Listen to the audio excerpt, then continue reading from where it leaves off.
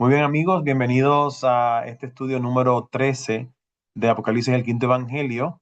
En la noche de hoy vamos a estar tratando el capítulo 10, pero antes quiero hacer un resumen de lo que hicimos la última vez. Hablamos del capítulo 9, las últimas cuatro trompetas. Dijimos que esas últimas cuatro trompetas tienen ayes, que son expresiones de asombro o de preocupación de parte de Dios. Dijimos que esos ayes también se encuentran en los evangelios. Ay de Corazín, ay Jerusalén, son exclamaciones de Dios de preocupación por la salvación de su gente. Entendamos que el trabajo de Cristo es salvar, no condenar. Yo he venido para salvar el mundo, yo he venido a recuperar lo que se había perdido.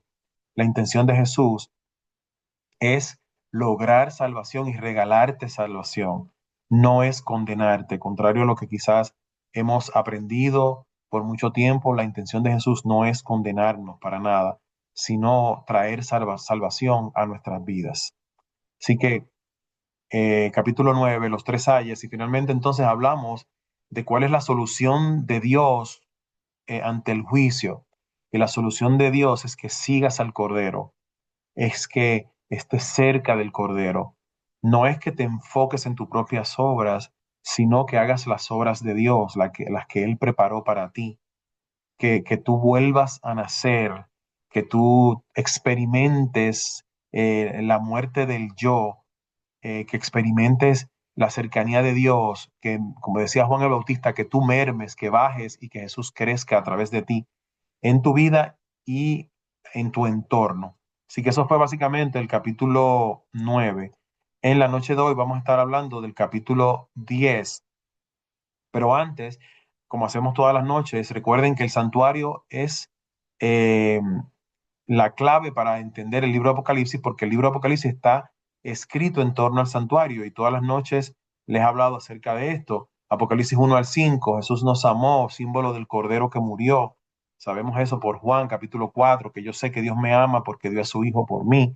El sacrificio del Cordero. He aquí el Cordero de Dios que quita el pecado del mundo. Luego entonces dice Apocalipsis 1:5 que nos lavó, haciendo referencia al lavacro. Naturalmente, la muerte del cordero en el altar de sacrificio, lavar en el lavacro.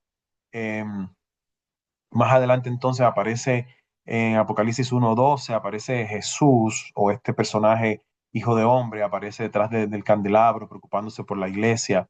Luego entonces aparece Apocalipsis capítulo 4:2, aparece un trono y dos sentados en el trono. Y dijimos que la mesa de los panes simboliza ese trono. Entonces, luego entonces ya vimos en Apocalipsis 8:3 que apareció la mesa de incienso. Se dan cuenta, todos y cada uno de los muebles del santuario hasta el momento han aparecido. Nos queda todavía el arca del pacto y la vamos a encontrar. ¿Está bien? No esta noche, pero la vamos a encontrar en noches subsiguientes. Si no tienes relación con el santuario, básicamente ese es el santuario por dentro, porque tenía una verja perimetral y habían el altar de sacrificio y el lavacro estaban fuera. Pero dentro, básicamente, esto es lo que había dentro del santuario. El candelabro con la mesa aquí atrás, enfrente. Recuerden que la mesa siempre miraba hacia el norte. Luego entonces el altar de incienso, el sacerdote portaba un incensario en sus manos. Ese fue el incensario que fue lanzado al final.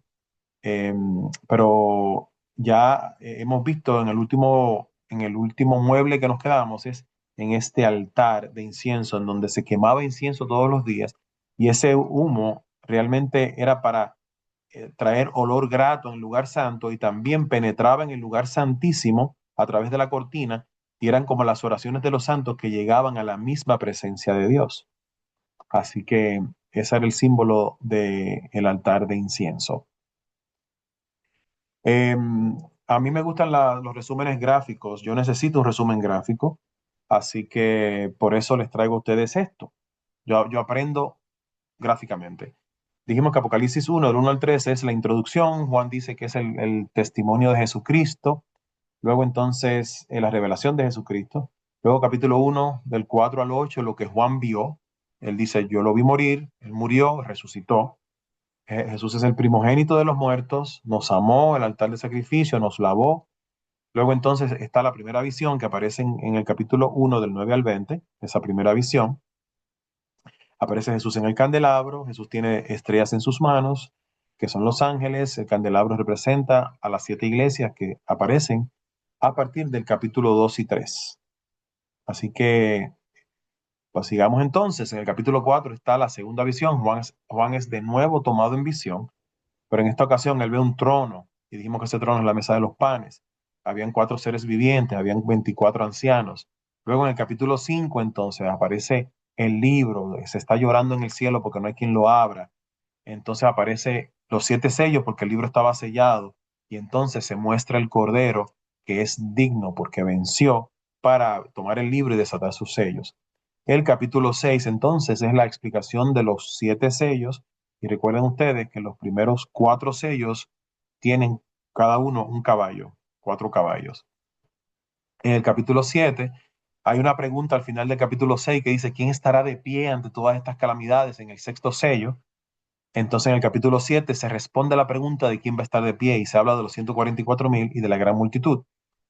Y dijimos que basado en las similitudes entre ambas, es probable que los 144,000 y la gran multitud sean lo mismo. Por lo tanto, los 144,000 pudiéramos entonces interpretar que es un número simbólico y no una cantidad exacta de salvados.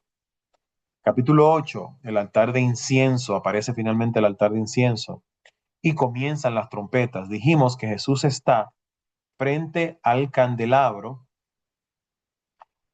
antes del mensaje a las iglesias, porque él está preocupándose por las iglesias. Cada uno de ese candelabro, cada una de esas luces representa una iglesia. Luego entonces, o sea, aquí, Jesús en el candelabro, en esta área, antes del mensaje a las iglesias.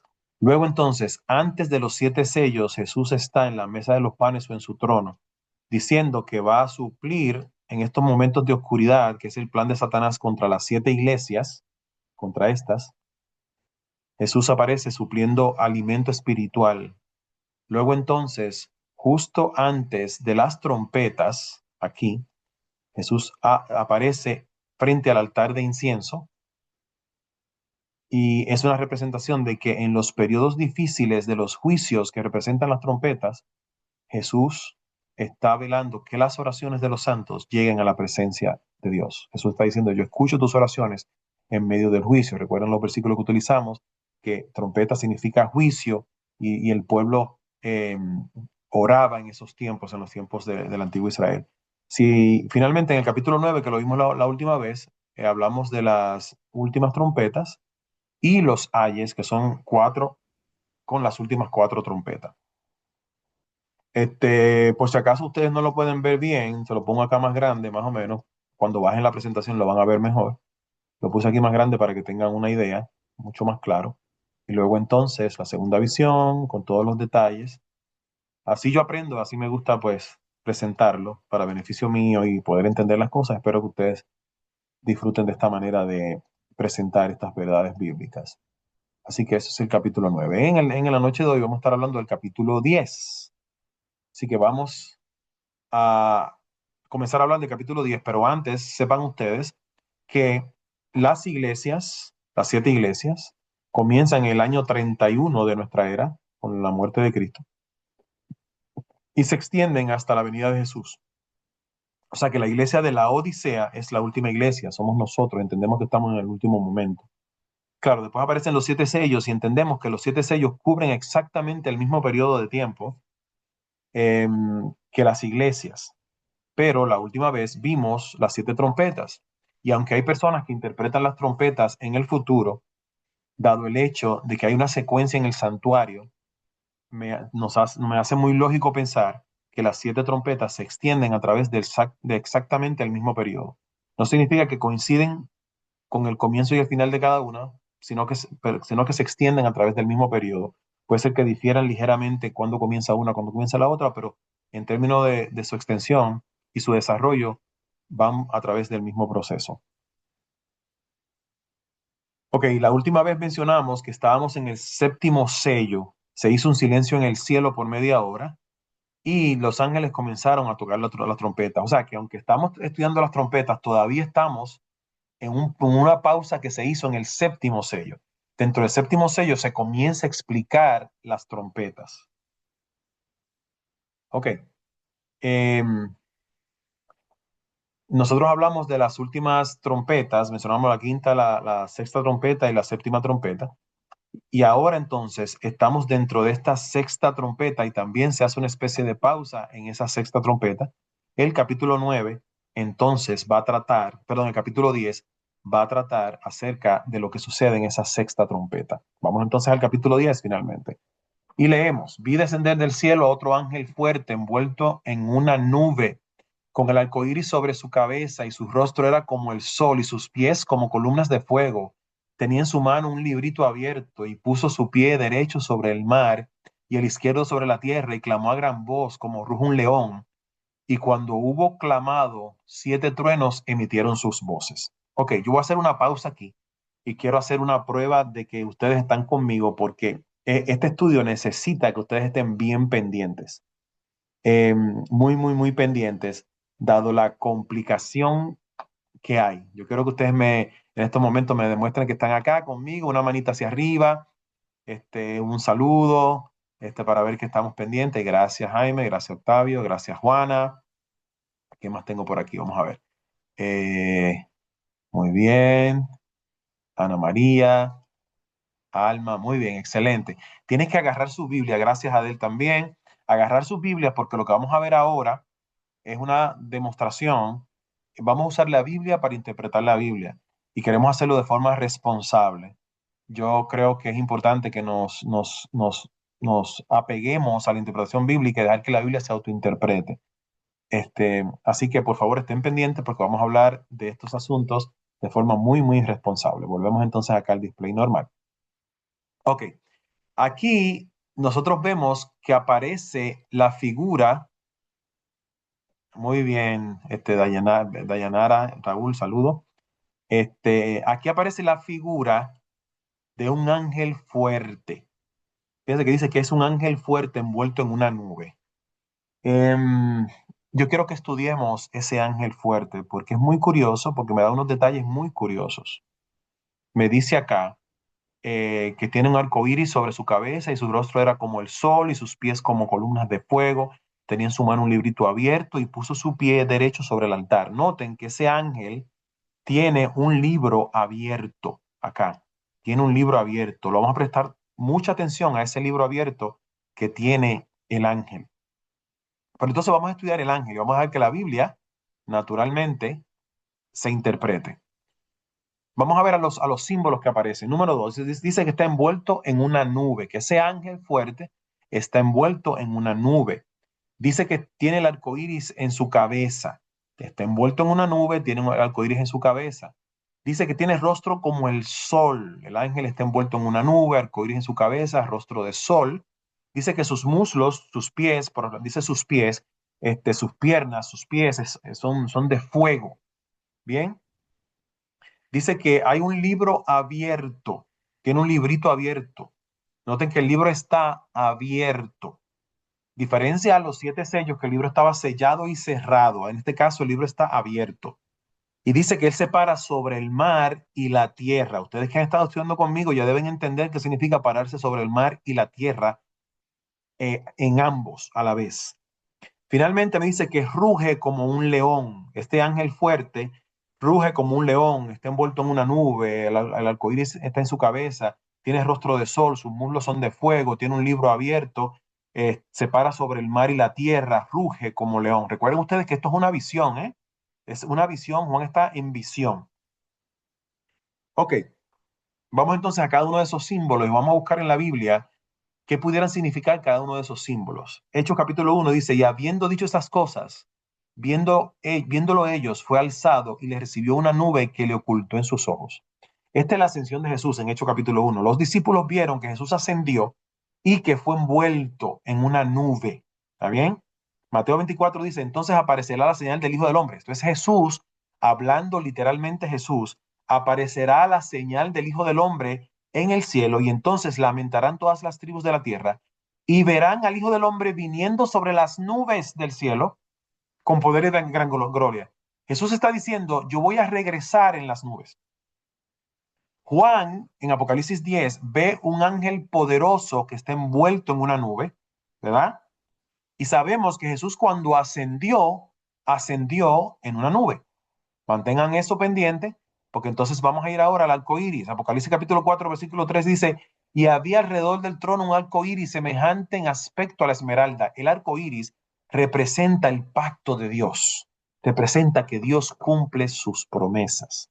¿Recuerdan ustedes en el libro de Génesis que Dios dijo, cuando vean el arco iris se acordarán que yo no voy a destruir la tierra con agua nunca más? En otras palabras, el arco iris es un símbolo de que Dios cumple sus promesas.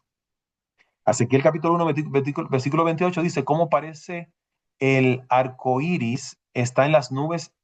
Como parece el arco iris que está en las nubes el día que llueve, así será, debe decir, el parecer del resplandor alrededor. Esta fue la visión de la semejanza de la gloria de Jehová. Entonces, cuando se manifiesta la gloria de Jehová, aparece el arco iris como símbolo de que recuerda, yo cumplo sus promesas. Y este ángel fuerte aparece en una nube y aparece con un arco iris también. Rostro como de sol, Apocalipsis capítulo 1, versículo 16 dice, y su rostro era como el sol cuando resplandece en su fuerza. Cuando Juan en Apocalipsis capítulo 1 ve la visión del Hijo del Hombre, que él no sabía que era Jesús, él vio una figura humana vestido como si fuera un sacerdote, en este caso estaba vestido como un sacerdote. Juan dice, su rostro era como de sol o el sol cuando resplandece en la mañana. Juan dice que Jesús tenía rostro de sol cuando lo ve, después nosotros nos enteramos que es Jesús. Cuando Juan lo ve simplemente como un hijo de hombre. El ángel fuerte, curiosamente, también tiene rostro de sol. Mateo 17:2 dice, y se transfiguró delante de ellos y resplandeció su rostro como el sol. Durante la transfiguración, los tres discípulos estaban con él en el monte. Jesús se transfiguró. Dice que su vestido era blanco y su rostro era como el sol. Fíjate que cada persona que vio a Jesús en gloria lo ve como el sol. Y es curioso que este ángel también Juan lo vea con el rostro de sol. Dice muslos de fuego. Juan lo ve con pies y muslos de fuego. Dice Apocalipsis capítulo 1, versículo 15, y sus pies semejantes al bronce bruñido, refulgente como un horno, y su voz como estruendo de muchas aguas. Noten ustedes que prácticamente todas las figuras que representan a este ángel fuerte, es curioso que la Biblia misma, no solamente en el libro de Apocalipsis, sino en otros versículos, la use para describir manifestaciones gloriosas de Jesús. Curioso, me faltan tres símbolos. Sobre el mar y la tierra, ruge como león, y el último que me queda es el librito, y vamos a dedicar un poquito de tiempo independiente al librito. Sobre mar y tierra, Apocalipsis 17, me dijo también, las aguas que has visto donde la ramera se sienta son pueblos y muchedumbres, naciones y lenguas. Ya hemos estudiado esto anteriormente. Agua en la Biblia, no fuente de agua, recuerda que hablamos de la fuente de agua que es diferente, pero agua, muchas aguas, representa mucha gente.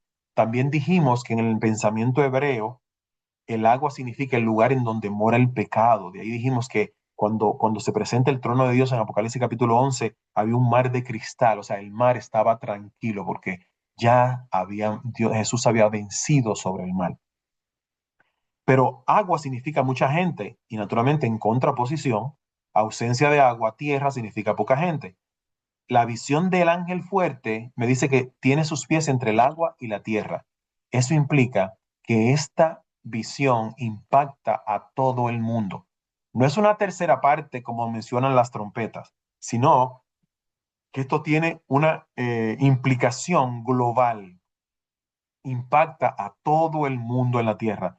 Ahora, ruge como león, Apocalipsis capítulo 1, versículo 5 dice, y uno de los ancianos me dijo, no llores, es aquí que el león de la tribu de Judá, la raíz de David, ha vencido para abrir el libro y desatar sus sellos.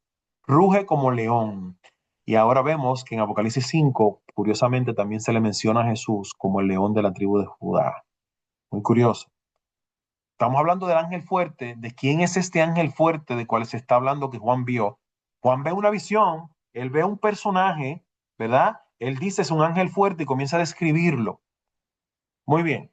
¿Será que este ángel fuerte es Jesús mismo? Es muy curioso que haya tanto simbolismo que señalan a Jesús y que Juan use palabras que él mismo usa para describir a Cristo, que Jesús mismo usa para describirse y que otros libros de la Biblia usan para describir la gloria de Dios. ¿Será que es Jesús mismo? Tú dices, pero César, espérate un momento, ¿cómo tú vas a decirme que Jesús es un ángel? Tú estás poniendo loco. Bueno, vamos a ver lo que dice la Biblia. Apocalipsis 17:3, estando Josué, ahí tengo un error, bendito, perdonen ustedes. Estando Josué cerca de Jericó, esto debe ser Josué capítulo 5. Estando Josué cerca de Jericó, alzó sus ojos y vio un varón que estaba delante de él, el cual tenía una espada desenvainada en su mano. Y Josué, yendo hacia él, le dijo, ¿eres de los nuestros o de nuestros enemigos? Él respondió, no, mas como príncipe del ejército de Jehová he venido ahora. Entonces Josué, postrándose sobre su rostro en tierra, le adoró. Aquí aparece un personaje extraño que se presenta como el príncipe del ejército de Jehová. Y tú dices, bueno, ¿qué es? Bueno, puede ser un ángel, ciertamente. Definitivamente no es Dios Padre porque nadie ha visto a Dios Padre. Pero él se presenta como el príncipe del ejército de Jehová. Ahora, lo que es inquietante aquí es que Josué lo adora. Josué lo adora y le dijo, ¿qué dice mi señor a su siervo? Y el príncipe del ejército de Jehová respondió a Josué, quítate el calzado de tus pies, porque el lugar donde estás es santo. Y Josué así lo hizo. ¿Por qué este personaje no le dijo a Josué, no me adores, no me adores? Eso no está bien. Y ya tenemos varios ejemplos en el libro de Apocalipsis 17 y 22, en donde sucede lo siguiente. Juan intentó adorar a un ángel. Yo, Juan, soy el que oyó y vio estas cosas, y después que las hube oído y visto, me postré para adorar a los pies del ángel que me mostraba estas cosas. Pero él me dijo, mira, no lo hagas. No se puede adorar a los ángeles, porque yo soy consiervo tuyo, que tus hermanos, de tus hermanos los profetas y de los que guardan las palabras de este libro. Adora a Dios. ¿Qué problema tenemos? Porque la Biblia me dice, adora a Dios, pero aquí Josué adoró al príncipe del ejército de Jehová. ¿Quién es ese príncipe del ejército de Jehová que recibe adoración y no se queja? Inquietante, ¿no? Bueno, continuemos. Mateo 17, 6 días después, Jesús tomó a Pedro, a Jacobo y a Juan, su hermano, y los llevó aparte a un monte alto, y se transfiguró, se transfiguró. Ahora parecía como un ser brillante, parecido al que vio Juan en Apocalipsis capítulo 10. Se transfiguró delante de ellos y resplandeció su rostro como el sol, muy parecido a lo que vio Juan en capítulo 10. Pero noten que en este caso, Pedro sabía que era Jesús, Pedro y Jacobo sabían, y Juan naturalmente, sabían que era Jesús porque estaban con él. De otra manera, se hubieran confundido. En este caso, ellos vieron a Jesús en gloria. Y es curioso porque antes de este capítulo, Jesús dice, algunos de ustedes van a ver al Hijo del Hombre venir en su gloria. Y este evento de la transfiguración es la muestra de cómo va a ser la venida de Jesús. Juan vio a Jesús transfigurado y ahora en el capítulo 10 ve un ángel fuerte que tiene muchas características parecidas a Jesús. Y ya vemos en el libro de Josué que hay un personaje que es el príncipe del ejército de Jehová que recibe adoración. Y vemos en Apocalipsis que solo se debe adorar a Dios. ¿Quién entonces es ese ángel? ¿Quién es ese personaje especial que recibe adoración? Voy a continuar, Apocalipsis 17. Debe decir también Josué, bendito. Esto yo creo que ya lo vimos. Alzó sus ojos, el príncipe del ejército de Jehová ha venido ahora. Entonces Josué, postrándose sobre su rostro en tierra, le adoró. Pues ya lo vimos. Ahora bien, hay un personaje en la Biblia que es muy curioso, que es el arcángel. La palabra arcángel no significa ángel, sino arcángel es el que manda a los ángeles. Y hay varios versículos que quiero compartir con ustedes, como Daniel 10, pero yo te declaré lo que está escrito en el libro de la verdad, y ninguno me ayuda contra ellos, sino Miguel, vuestro príncipe. Ah, espérate. Ahora aparece el nombre del príncipe que se le apareció a Josué, ¿verdad? Porque yo no, que yo sepa, no hay muchos príncipes. ¿Está bien? Ahora se le aparece el príncipe, dice que ese príncipe se llama Miguel. ¿Bien? Entonces, Judas capítulo 1 me dice, pero cuando el arcángel Miguel, ahora me dice que ese Miguel es un arcángel, contendía con el diablo, disputando con él por el cuerpo de Moisés, no se atrevió a proferir juicio de maldición contra él, sino que le dijo, el Señor te reprenda. Entonces, fíjate, hacemos una conexión. Hay un príncipe en el libro de Josué que recibe adoración. Ahora Daniel me dice que ese príncipe se llama Miguel. Ahora Judas me dice que ese príncipe es un arcángel. Y para unirlo todo, encontramos en Primera Tesalonicenses capítulo 4, porque el Señor mismo con voz de mando, con voz de arcángel y con trompeta de Dios descenderá del cielo y los muertos en Cristo resucitarán primero.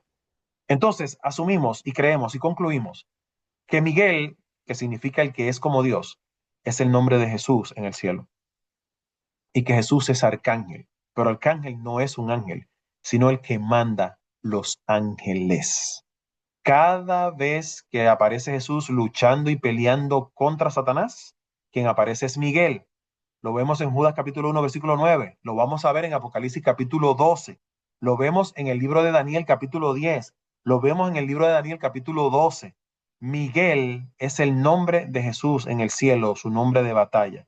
Él pelea con Satanás como arcángel, el que manda a los ángeles. Por eso, cuando Josué lo vio en Josué capítulo 5, lo vio como un personaje y le preguntó quién era, Josué entonces lo adoró, porque era nada más y nada menos que Jesús mismo.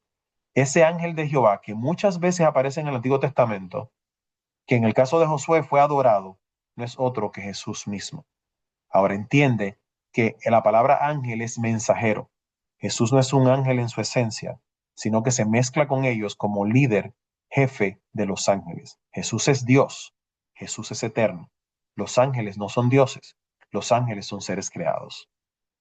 Voy a continuar. Ahora vamos al librito.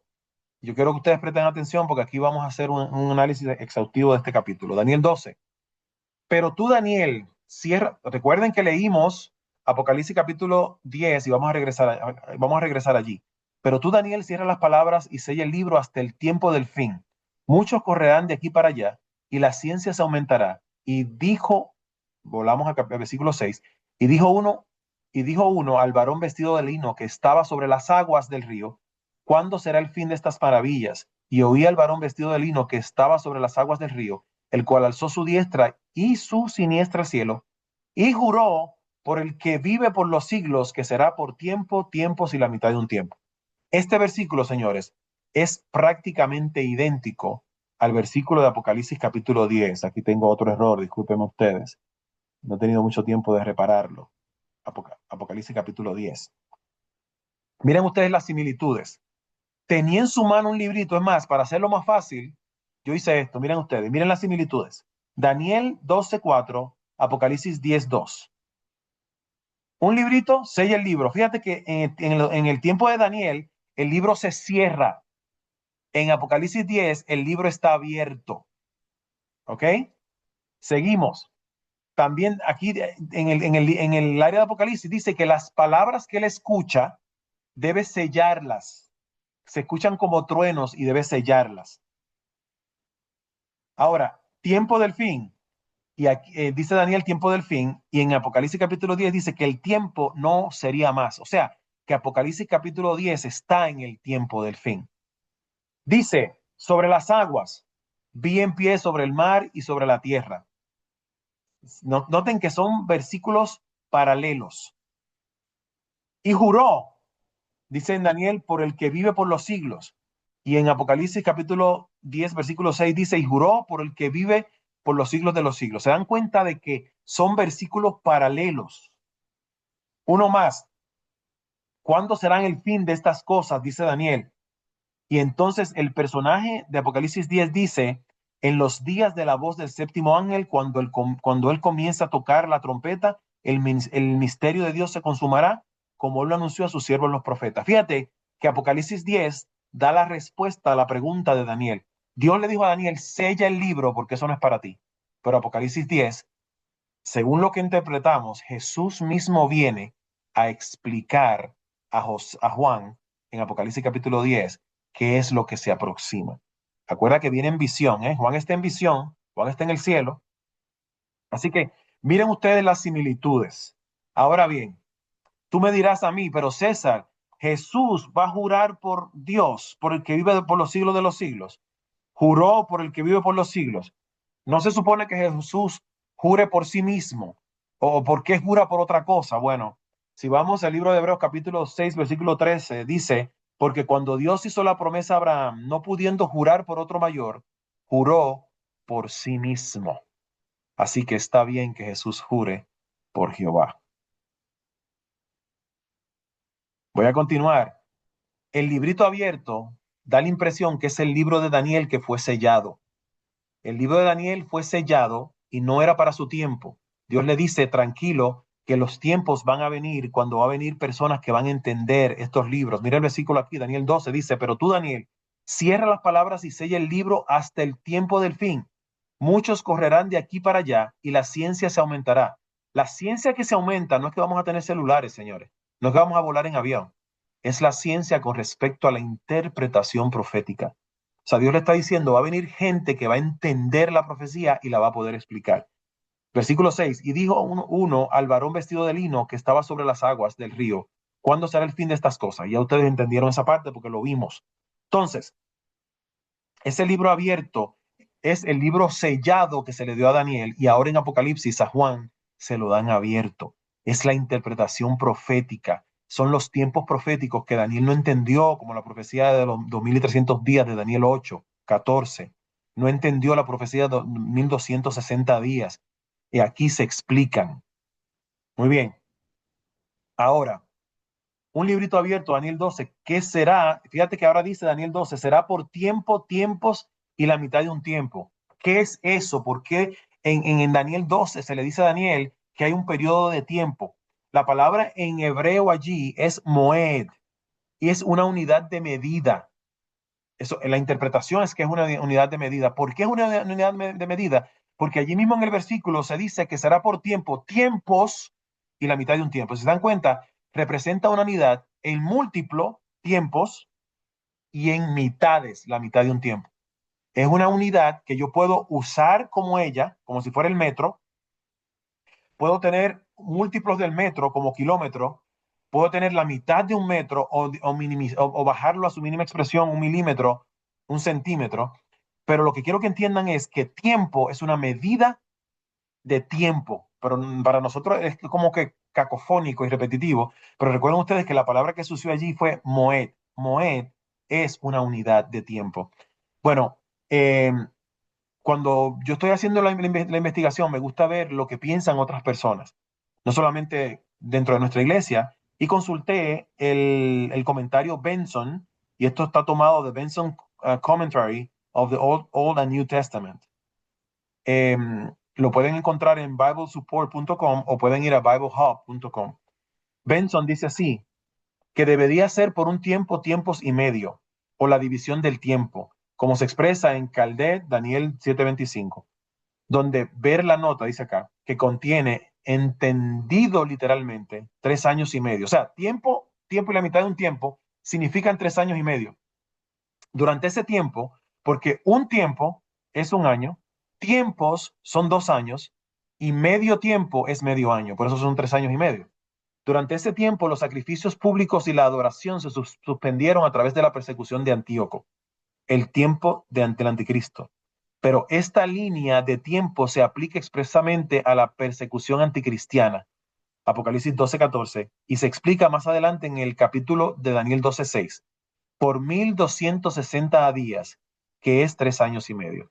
Si tú multiplicas cada año por 60, por 30, perdón, por los meses, cada año tenía 360 días, no 365 porque era un año judío, y buscas el tiempo, te vas a dar cuenta que son día por año 1260 días. Tiempo, tiempo y la mitad de un tiempo, 3 años y medio, 1260 días es exactamente el mismo tiempo. Y ahí dice que al final de ese tiempo, entonces ese libro iba a ser revelado, el libro de Daniel. Ok, ¿de qué estamos hablando? Significa entonces que al final de los 2260 años, esto no lo hemos visto, no se vuelvan locos, esto lo vamos a ver más adelante en otros capítulos de Apocalipsis, pero aquí simplemente se lo estoy dando como información, porque quiero decirles cuándo se supone que ese libro se abriera. 1260 años de dominio papal.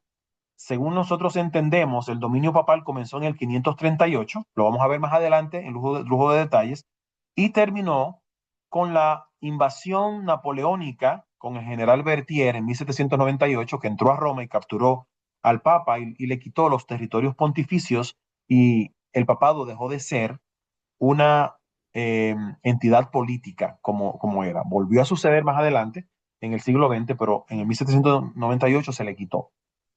Así que lo que está diciendo es que la profecía donde se abría el libro tenía que estar sucediendo entonces alrededor de 1798. Vi descender del cielo a otro ángel fuerte envuelto en una nube con un arco iris sobre su cabeza. Tenía en su mano un librito, y lo que me está diciendo Daniel es, esto tiene que estar pasando al final de la profecía de los 1260 días, después de 1798. O sea, esta profecía de Daniel 10 tiene que estar pasando después de este tiempo. Y clamó a gran voz como ruge un león, y cuando hubo clamado, 7 truenos emitieron sus voces. Cuando los 7 truenos hubieron emitido sus voces, yo iba a escribir. Aquí te dice cómo el libro de Apocalipsis fue escrito. Él veía la visión y lo escribía. ¿Está bien? Voy a continuar. Y juró por el que vive por los siglos de los siglos, que creó el cielo y las cosas que están en él, y la tierra y las cosas que están en ella, y el mar y las cosas que están en él, que el tiempo no sería más. ¿Qué tiempo? El que vimos en Daniel. Fíjense que en Daniel se le dio una cantidad de tiempo. La profecía se iba a revelar después de ese tiempo. Ahora Jesús dice, entendemos que este ángel, Juan lo que ve es una figura, y él dice, es un mensajero de Dios. Recuerden que la palabra ángel es mensajero, y él lo ve de esa manera. Él no se da cuenta que es Jesús, pero ve los símbolos que son de Jesús. Y esta persona le dice, el tiempo no será más, sino que en los días de la voz del séptimo ángel, o sea, de la séptima trompeta, cuando él comienza a tocar la trompeta, el misterio de Dios se consumará como él lo anunció a sus siervos los profetas. ¿Qué siervos los profetas? Ya lo vimos en Daniel. Esto fue anunciado en Daniel. Por lo tanto, te está diciendo que esta visión de Apocalipsis 10 tiene que estar pasando después de 1798, el fin de los 1260 días. La voz que oí del cielo habló otra vez conmigo y me dijo, presten atención aquí, ve y toma el libro. Después de 1798, la profecía se iba a cumplir, el libro se iba a abrir, pero ahora le dicen a Juan, el libro está abierto, Jesús lo tiene en la mano, y se le dice a Juan, toma el librito que está abierto en la mano del ángel que está en pie sobre el mar y sobre la tierra.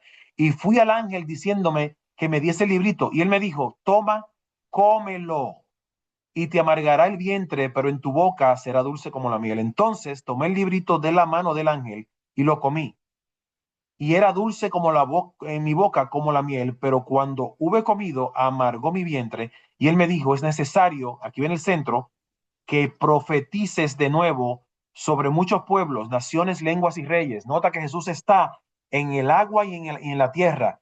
Esta profecía impacta a todo el mundo. Todo el mundo tiene que escuchar lo que dice este librito y lo que se habla en la profecía. Ezequiel 2, hablando de libros que se comen, me dijo, hijo de hombre, ponte sobre tus pies y hablaré contigo. Y luego que me habló, entró el Espíritu en mí y me afirmó sobre mis pies. Y oí al que hablaba y me dijo, hijo de hombre, yo te envío a los hijos de Israel. ¿Te das cuenta? Aquí se está enviando Ezequiel a los hijos de Israel a predicar. A gente rebelde que se rebelaron contra mí.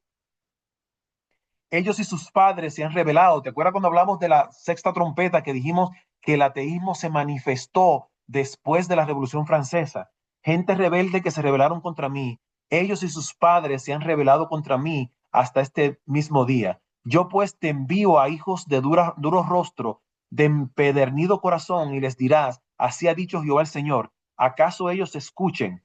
Pero si no escucharen, porque son una casa rebelde, siempre conocerán que hubo profeta entre ellos.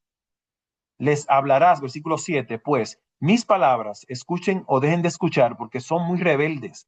Mas tú, hijo de hombre, oye lo que yo te hablo. No seas rebelde como la casa rebelde. Abre tu boca y come lo que yo te doy. Y miré, y aquí una mano extendida hacia mí, y en ella hubo un rollo de libro y lo extendió delante de mí, y estaba escrito por delante y por detrás, y había escritas en él endechas, lamentaciones y ayes.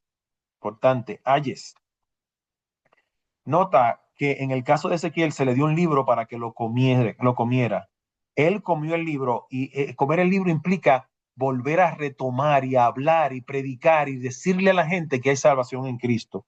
Sigue Ezequiel capítulo 2, versículo 1 y me dijo, hijo de hombre, come lo que hayas, come este rollo y ve y habla a la casa de Israel. Y abrí la boca y me hizo comer aquel rollo y me dijo, hijo de hombre, alimenta tu vientre y llena tus entrañas de este rollo que yo te doy. Y lo comí y fue a mi boca dulce como la miel, el mismo caso de Juan, dulce como la miel. Y ahí estaba entonces Juan comiendo el libro que era dulce en su boca, pero amargo en su vientre. ¿Por qué era amargo en su vientre? Bueno, podemos hablar de muchas maneras, pero a veces nosotros interpretamos la Biblia de una manera, asumimos las cosas de una manera, y cuando nos las comenzamos a disfrutar, sentimos la presencia de Dios y nos damos cuenta más adelante de lo que significa, de lo duro que es, como en el caso de Jonás, lo duro que es predicar la palabra. Mira, lo importante del capítulo 10 es que en el capítulo 10 colisionan dos profecías gigantescas. La profecía de los 1260 años y la profecía de los 2300 días. No la hemos explicado, la vamos a explicar más adelante con lujo de detalles. Pero nota que este versículo 10 está alrededor de esta fecha. La pregunta es, ¿qué pasó alrededor de esta fecha relevante en el mundo?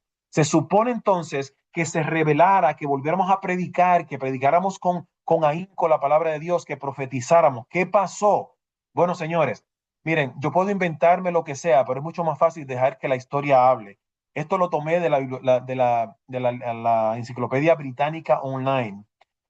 En 1795 a 1835 surge en Estados Unidos y también en el mundo lo que se conoce como el Second Great Awakening.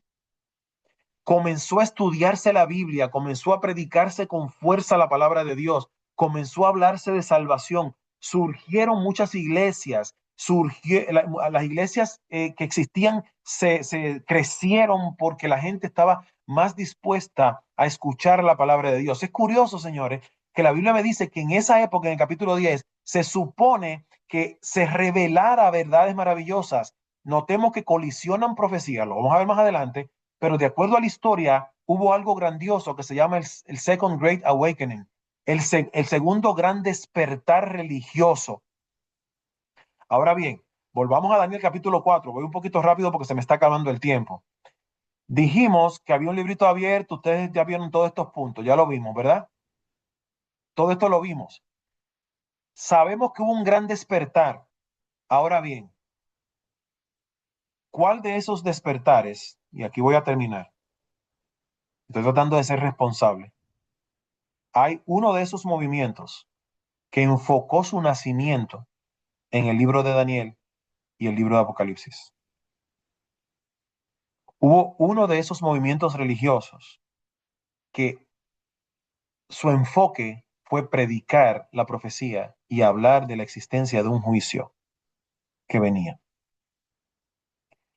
Además de todas las iglesias que surgieron, curiosamente, a partir de 1844, más adelante en 1860 se formó. Yo veo aquí el surgimiento del movimiento adventista, comenzando con Miller. Se habla de un gran despertar, pero dentro de nuestra iglesia se enfocó específicamente en Daniel y Apocalipsis, y también naturalmente en el santuario. Para mí, este capítulo 10 describe un surgimiento espiritual grandioso, pero también describe la experiencia que sufrió la iglesia adventista al comenzar. No eran adventistas en ese tiempo, eran los mileritas. Comenzaron, tomaron la interpretación bíblica, fallaron en la interpretación, pero entonces la retomaron. Fue dulce en la boca pensar que Jesús regresaría, pero fue amargo en el vientre saber que no había pasado. Yo he terminado, voy a detener la grabación